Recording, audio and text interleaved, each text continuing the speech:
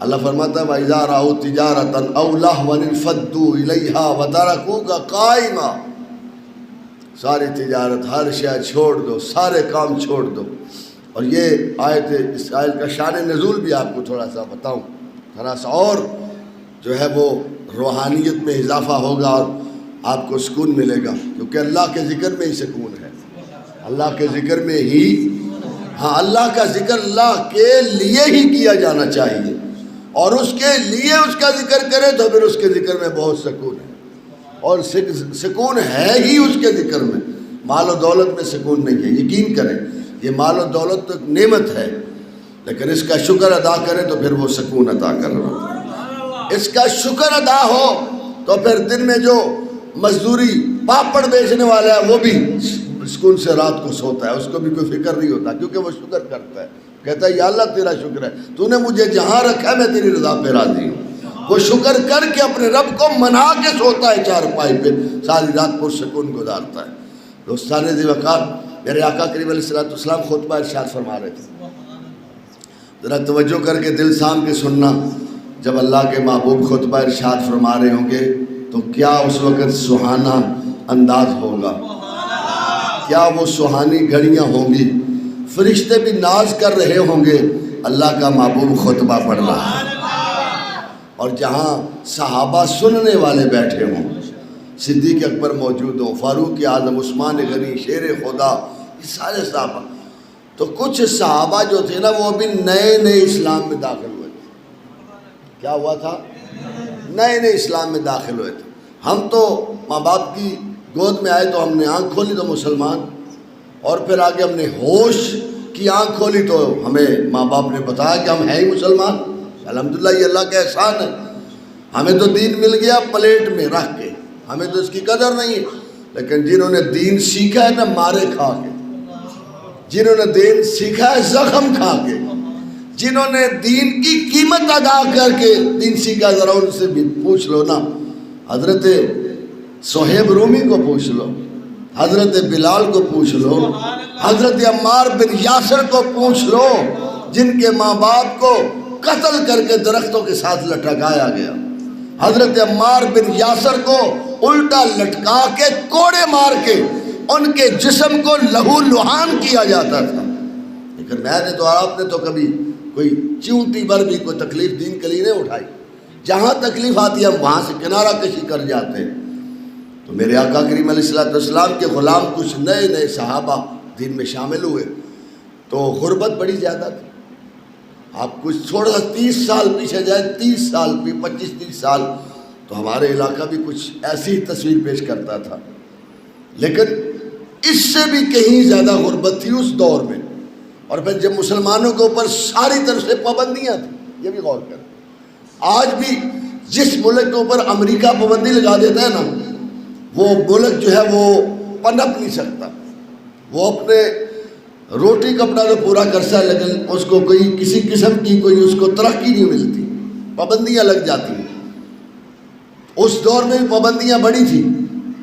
تو سرکار دو عالم صلی اللہ علیہ وآلہ وسلم خطبہ ارشاد فرما رہے ہیں.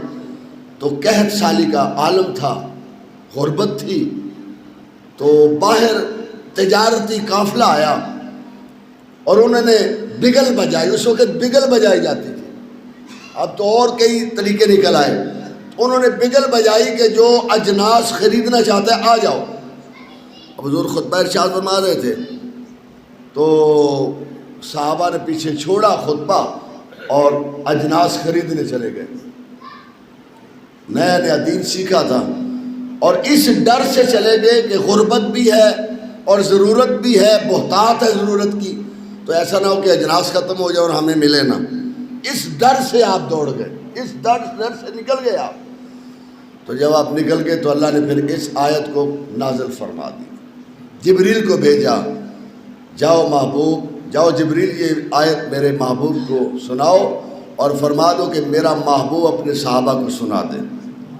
وَإِذَا رَأَوْا تِجَارَةً أَوْ لَهْوًا انفَضُّوا إِلَيْهَا وَتَرَكُوكَ قَائِمًا. یاد رکھو جب اذان ہو جائے نا اس کے بعد ترک کر دو کاروبار، لین دین، تجارت کرنا، ہر شے، ساری کی سارے دنیاوی معاملات ساکت کر دو، روک دو، خبردار تم میرے محبوب کے خطبے کی طرف توجہ کرو، تم خطیب کے خطبے کی طرف توجہ کرو۔ وَإِذَا رَأَوْا تِجَارَةً أَوْ لَهْوًا انفَضُّوا إِلَيْهَا وَتَرَكُوكَ قَائِمًا۔ اگر قُلْ مَا عِندَ اللَّهِ خَيْرٌ مِّنَ اللَّهْوِ وَمِنَ التِّجَارَةِ۔ اور یاد رکھنا یہ سارے جتنے بھی لعب و لعب ہے نا، کھیل کود تماشے، یہ دنیا کے نظام، یہ دنیا کے جتنا بھی جس کو بھی تم سمجھتے ہو کہ بڑی شے ہے، بڑا کچھ ہے، ان سب سے زیادہ بہتر کیا ہے؟ قُلْ مَا عِندَ اللَّهِ خیر اللہ من التجارہ، تجارت سے بہتر ہے یہ سارا کچھ، سب کچھ سے بہتر ہے یہ۔ اور پھر اللہ رب الجلال نے ارشاد فرمایا، یاد رکھو واللہ خیر الرازقین، اللہ ہی بہتر رزق عطا کرنے والا، اللہ ہی بہتر رزق عطا کرنے والا۔ اور میرے آقا کریم علیہ السلام کا ارشاد سن لو، حضور سرور کائنات صلی اللہ علیہ وآلہ وسلم نے ارشاد فرمایا، جو شخص دنیا سے جو کام کرتا ہوا جائے گا اسی کام میں اٹھایا جائے گا، قیامت کے دن بھی وہی کام کرتا اٹھے گا۔ ایک صحابی حاضر ہوا، یا رسول اللہ صلی اللہ علیہ وسلم، ایک بھائی نے شراب پی لیا زیادہ، پھیپھڑے فیل ہو چکے، پھیپھڑے اس کے کام نہیں کرتے، اور وہ شراب پیتا پیتا ہی مر گیا۔ حضور علیہ السلام نے فرمایا، سنو وہ قیامت کے دن بھی شراب پیتا ہوا اٹھایا جائے گا۔ ذرا توجہ کر دوست توجہ کر، غور کر ذرا دوست، میں نے اور تو نے کبھی غور نہیں کیا؟ غور کر کے دیکھ، میرے آقا کریم علیہ السلام نے فرمایا وہ شراب پیتا اٹھایا جائے گا۔ پھر یاد رکھنا، ہمارے علماء نے لکھا ہے، حضرت عمر رضی اللہ تعالیٰ عنہ آپ نماز پڑھاتے ہوئے شہید ہوئے تھے، آپ نماز پڑھاتے ہوئے شہید ہوئے تھے، تو قربان جائے حضور کے ارشاد کے مطابق حضرت فاروق اعظم قیامت کے دن اٹھیں گے تو نماز پڑھاتے ہوئے اٹھیں گے، نماز پڑھاتے ہوئے اٹھیں گے، اللہ اکبر۔ اور میرے آقا کریم صلی اللہ علیہ وآلہ وسلم آپ دنیا سے گئے تو امتی کرتے ہوئے جا رہے تھے، دنیا سے آپ نے پردہ فرمایا تو امت کو یاد کرتے ہوئے، یا ربی سلم امتی۔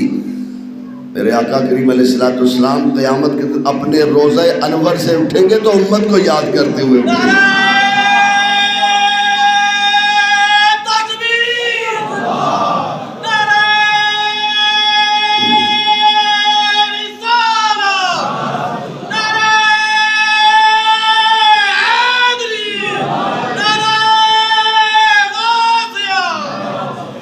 میرے آقا سرور کائنات فخر موجودات صلی اللہ علیہ وسلم کے غلاموں، یاد رکھنا جو بھی کام بندہ کرتا ہوا دنیا سے جائے گا، نمازی ہوگا تو قیامت کے دن نماز پڑھتا ہوگا، اس کو نماز کی فکر ہوگی۔ میرے آقا کریم علیہ السلام فرماتے ہیں جب میرا امتی نمازی بندہ قبر میں جاتا ہے نا تو منکر نکیر آ جاتے ہیں۔ کون آ جاتا ہے؟ دو فرشتے آتے ہیں، منکر نکیر، وہ پوچھتے ہیں، ہاں بھی سوال و جواب ہوتے ہیں، وہ کہتے ہیں ہاں جی بتاؤ جی، وہ قبر والا پتہ کیا کہتا ہے؟ حضور کا امتی، دیکھ قبر میں ہی پاور کام آتی ہے حضور کی۔ وہ کہتا ہے بھائی ٹھہر جاؤ، مجھے عصر کی نماز پڑھنے دو۔ وہ کہتا ہے ٹھہر جاؤ، تمہاری بات کا جواب دوں گا، پہلے مجھے عصر کی نماز پڑھنے دو۔ حضور فرماتا ہے یہ جواب یہ فرشتوں کے سامنے ہمت وہ کرے گا جو نمازی ہوگا، اور جو نمازی نہیں ہوگا اس کے پاس ہمت نہیں ہوگی، وہ تو دیکھتے ہی دہل جائے گا، کانپے گا وہاں۔ حضور فرماتا ہے پھر وہ دیکھ لیں گے کہ یہ کوئی شے نہیں، یہ کوئی مال نہیں ہے، پھر اس کے لیے آرڈر کچھ اور ہوں گے، اور جو کہے گا نا بھائی ٹھہر جو عصر کی نماز پڑھنے دو، وہ دیکھ لیں گے ہاں اس کے پاس کچھ ہے، اس کے پاس وہ سکہ ہے جو قبر میں چلے گا، اور وہ سکہ کون سا ہے؟ وہ دین ہے، وہ نماز ہے، وہ قرآن ہے، وہ روزہ ہے۔ میرے آقا سرور کائنات صلی اللہ علیہ وسلم جمعے کے دن کی برکت کو بیان کرتے ہوئے ارشاد فرماتے ہیں، جو میرا امتی جمعے کے دن فوت ہو اس کو شہادت کا درجہ ملے گا، اور اس کو قبر کے تمام فتنوں سے محفوظ کر لیا جائے گا۔ توجہ کرنا، جمعے کے دن برکت تو دیکھ، ہم جمعے کے دن بھی کاروبار پہ لگے ہوئے ہیں، ہم جمعے کے دن بھی پیسہ کما رہے ہیں، ہم جمعے کے دن کرکٹ کھیل رہے ہیں، ہم جمعے کے دن دنیاوی کام کر رہے ہیں، ہم جمعے کے دن پرواہ ہی نہیں، جو جدھر مرضی جاتا ہے جائے، جو مرضی کرے، کوئی پوچھنے والا نہیں۔ اور بعد میں مسلمان ہوں بھائی، تو چنگا مسلمان، نہ تیرے پاس نماز ہے، نہ تیرے پاس جمعہ ہے، نہ تیرے پاس شریعت ہے، نہ تیرے پاس کچھ اور کام ہے، تو دنیا کے کام کرتا ہے، شیطان کو خوش کرتا ہے، اور پھر کہتا ہے میں مسلمان ہوں۔ مسلمانوں والے کام تو کرنا۔ اب یہ تو پتہ چلے گا نا، اب جب شام آج سورج غروب ہوگا اور رمضان کا سایہ سر سے اٹھے گا، پھر پتہ چلے گا، پھر پتہ چلے گا کہ رمضان کی برکتیں کتنی تھی، رمضان کی رحمتیں کتنی تھی۔ یار اس سے بڑی رحمت کیا ہوگی کہ نیکیوں کا سمندر چل ہی رہا ہے پورا مہینہ، وہ نعمتیں جو پورا سال نہیں ملتی، وہ نعمتیں رمضان کی برکت سے اللہ عطا فرما رہا ہے۔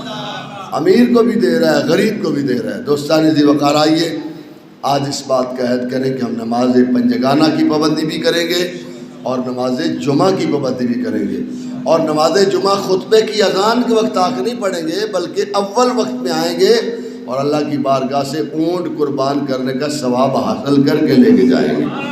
ارادہ ہے نا انشاءاللہ؟ اللہ مجھے اور آپ سب کو عمل کی توفیق دے۔ وما علینا الا البلاغ۔